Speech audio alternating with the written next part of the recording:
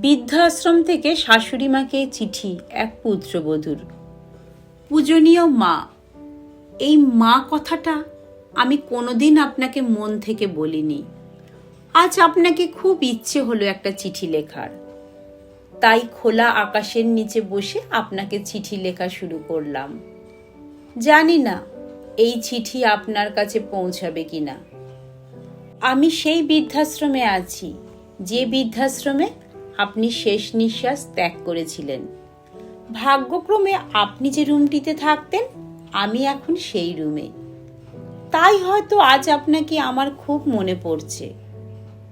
ক্ষমা চাইবার অধিকার আমি হারিয়ে ফেলেছি, তাও এই চিঠি লিখছি, যদি আপনি ক্ষমা করে দেন। বিয়ে হয়ে আসার পর থেকে আমি দেখেছিলাম আপনি সংসারটাকে নিজের হাতে রেখেছিলেন। এটা আমার সহ্য হতো না, মনে হতো যেন আমি বন্দি হয়ে আছি। কিন্তু এটা বুঝতাম না মাথার উপর একজন অভিভাবক থাকা কতটা প্রয়োজন। আপনি যখন বলতেন, বৌমা যতটা খাবে ততটা নাও, লোকসান করো না, এই কথাটা যেন আমার অসহ্য লাগতো। কিন্তু আমি এখন বুঝতে পারি আপনি কোনো খারাপ কথা বলেননি তো। আপনি তো আমাকে না খেয়ে থাকতে বলেননি, লোকসান করতে মানা করেছিলেন। আপনার হাতে যখন আপনার ছেলে মাসিক বেতন তুলে দিত, তখন আমার খুব অসহ্য লাগতো। মনে মনে ভাবতাম কি করে আপনার কাছ থেকে মুক্তি পাওয়া যায়। আপনার কাছ থেকে মুক্তি পাওয়ার জন্য আপনার ছেলের কাছে আমি বায়না করি আমি তার সাথেই যাব তার কর্মস্থলে। আপনার ছেলে প্রথমে অনুমতি না দিলেও পরে ঠিক মানিয়ে নি কান্নাকাটি করে। বেশ ভালোই ছিলাম দুজনে। কিন্তু যখন আমি অন্তঃসত্ত্বা হই, ডাক্তার আমাকে বেড রেস্ট নিতে বলে, তখন আপনার ছেলে আপনাকে নিয়ে আসে আমাদের ভাড়া বাড়িতে। আপনি বাড়ির সব কাজ করতেন, আমাকে সেবা করতেন, তাও যেন আপনাকে আমার অসহ্য লাগতো। আমারও একটি পুত্র সন্তান হয়। আমার সন্তান আস্তে আস্তে বড় হতে থাকে, সব সময় ঠাম্মা ঠাম্মা করতে থাকে। আমার এই ঠাম্মা শব্দটা শুনে অসহ্য লাগতো। আমার ছেলেকে আমি ইংলিশ মিডিয়াম স্কুলে ভর্তি করি, কিন্তু আপনি বাংলা মিডিয়ামের যত কবিতা গল্প শোনাতে থাকেন। ছেলে জেদ করে বসে সে বাংলা মিডিয়াম স্কুলে পড়বে। এই ব্যাপারটা আমি কিছুতেই মেনে নিতে পারছিলাম না। আমাদের ভাড়া বাড়িতে দুটি রুম ছিল, একটাতে আমি আর আপনার ছেলে থাকতাম, অপরটিতে আমার ছেলে ও আপনি। ছেলে বড় হচ্ছে, তাই আর একটা রুমের প্রয়োজন ছিল।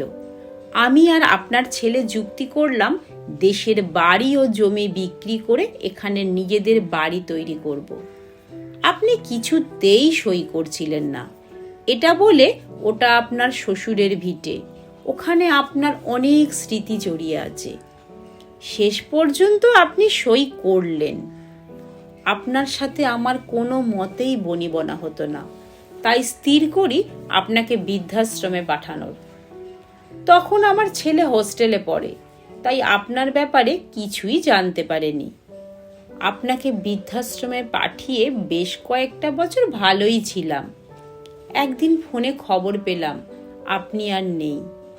আমি মনে মনে বললাম, যাক বাঁচা গেছে। এরপর ছেলে বড় হলো, বিয়ে দিলাম।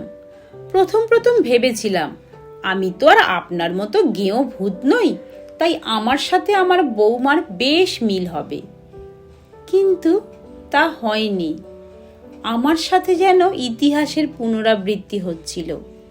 যে যে বিষয় আপনার সাথে আমার তর্ক হতো, ঠিক সেই বিষয় আমার সাথে আমার বৌমার হতো।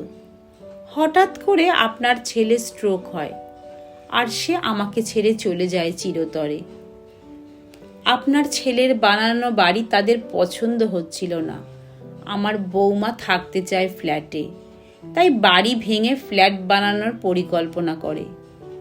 আমাকে আমার ছেলে ও বৌমা বোঝায় যে ফ্ল্যাট বানালে তারা দুটো ফ্ল্যাট নেবে, বাদবাকি ভাড়া দেবে, তাতে অনেক টাকা আসবে। আপনার মতোই আমি কিছুতেই সই করতে চাইনি, কিন্তু আমার ছেলে কান্নাকাটি করে শেষ পর্যন্ত সই নিয়েছিল। বাড়ি ভেঙে তৈরি হলো বিশাল বড় ফ্ল্যাট। সেই ফ্ল্যাটে ছিল 2টো রুম আর একটা কিচেন।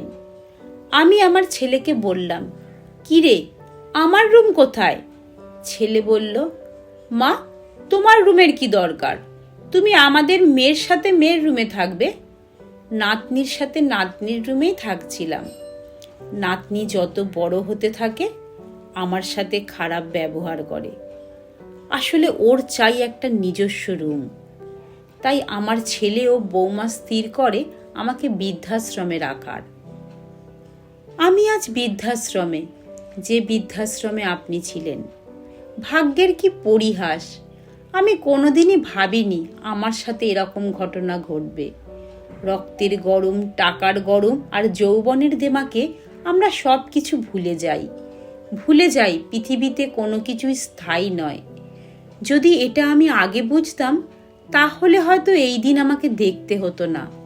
আমি আকাশের দিকে মিটমিট করে জ্বলে ওঠা তারাদের দিকে তাকিয়ে চিৎকার করে বলছি, মা, পারলে আমায় ক্ষমা করে দিন। পাঠে চৈতালি সেন। পাঠটি ইন্টারনেট থেকে সংগৃহীত।